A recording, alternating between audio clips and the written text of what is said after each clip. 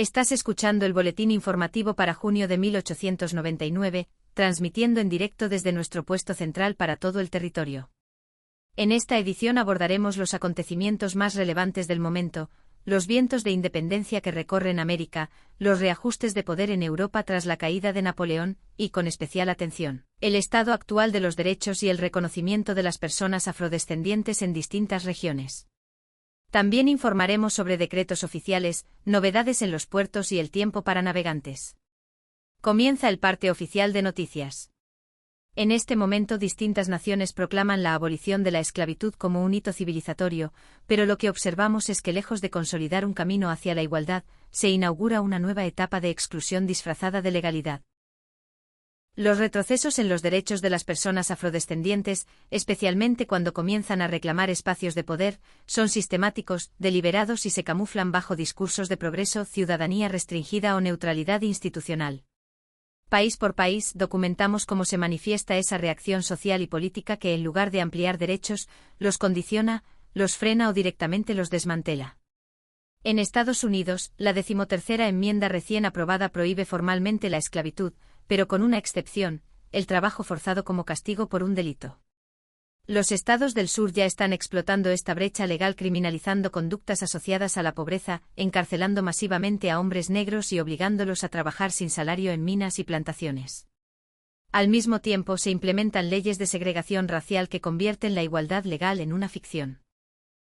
A cada paso de avance como el reconocimiento del derecho al voto, le sigue una contraofensiva legal o violenta para limitarlo. El linchamiento se vuelve una práctica común tolerada por las autoridades. En Brasil, el gobierno acaba de abolir la esclavitud en 1888 sin ofrecer tierras, educación ni integración a los millones de personas liberadas. En cambio, se fomenta la inmigración europea y se impone una ideología de blanqueamiento racial. Los afrobrasileños son empujados a la informalidad y al trabajo servil, mientras cualquier intento de organización o reclamo por igualdad es reprimido. La negación del racismo se instala como política de Estado, lo que impide cualquier forma de reparación. En Cuba, la abolición de la esclavitud en 1886 no se traduce en integración. La estructura económica y social sigue siendo racista. Ahora mismo, los miembros del movimiento independientes de color son perseguidos y asesinados por exigir derechos. El discurso oficial proclama que el problema racial está resuelto, mientras persiste la exclusión sistemática de los afrodescendientes. En Haití, el país que logra su independencia y prohíbe la esclavitud en 1804 está siendo castigado por Francia, que le exige una indemnización descomunal por la pérdida de esclavos.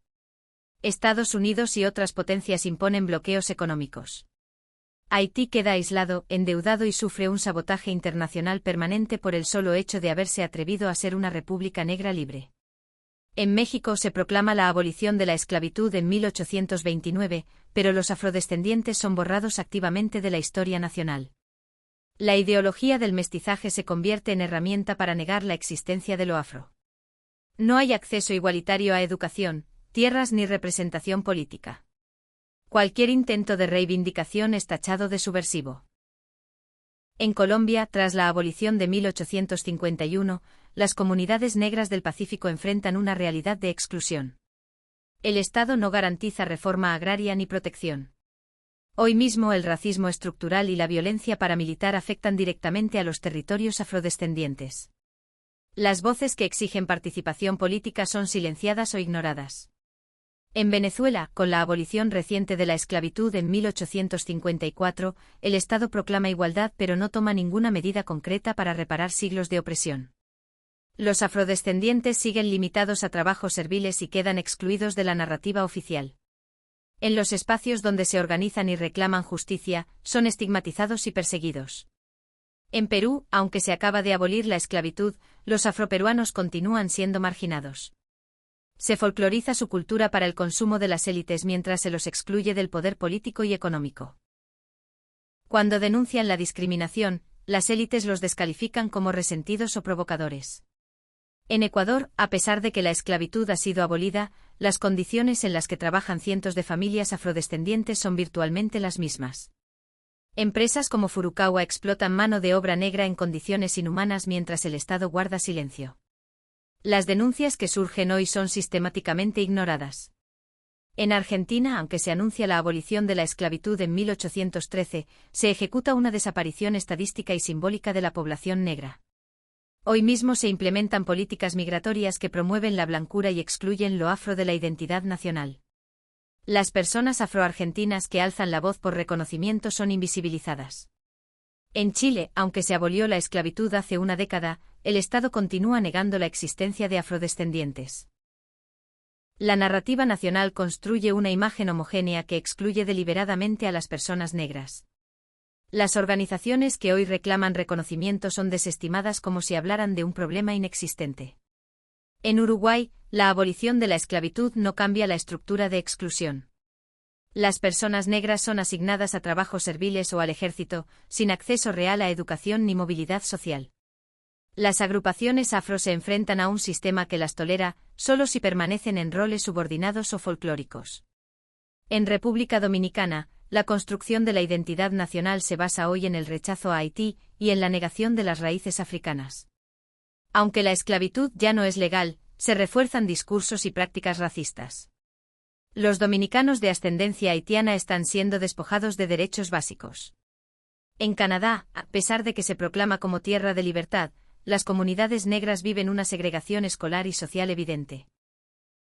En este momento, en muchas provincias, los niños negros asisten a escuelas separadas y enfrentan barreras para acceder a empleo digno. La narrativa de libertad encubre una práctica de exclusión sostenida. En Francia se mantiene un sistema colonial donde los derechos de las personas negras son restringidos y vigilados. Los ciudadanos de las colonias africanas y del Caribe no acceden a la misma ciudadanía. Cuando alguno exige igualdad, es acusado de atentar contra la unidad nacional. Las denuncias de racismo son desestimadas sistemáticamente. En el Reino Unido, mientras se compensa económicamente a los propietarios de esclavos, los exesclavizados son abandonados a su suerte. En las ciudades británicas, la población negra enfrenta una creciente hostilidad. El discurso público promueve la idea de que la igualdad ya fue alcanzada, aunque los hechos muestran lo contrario. En España, la presencia afrodescendiente es tratada como una anécdota folclórica. El Estado niega su existencia, y los medios reproducen estereotipos. Las personas negras que buscan espacios en la política, la cultura o la academia son marginadas bajo la excusa de que no representan a nadie. En Países Bajos, la abolición formal de la esclavitud no viene acompañada de reparación ni reconocimiento. Hoy, los descendientes de esclavizados viven en un país que los trata como extranjeros y que excluye la historia colonial de sus planes de estudio. Solo se admite lo afro si sirve como espectáculo inofensivo.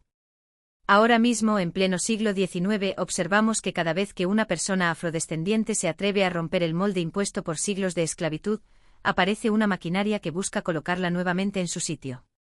Ya no con grilletes, sino con leyes, exclusión estadística, discriminación simbólica y violencia cotidiana. El retroceso es constante y toma nuevas formas. Esta historia se repite en todos los rincones del continente y de Europa. Hoy como entonces se castiga a quienes se atreven a ejercer poder.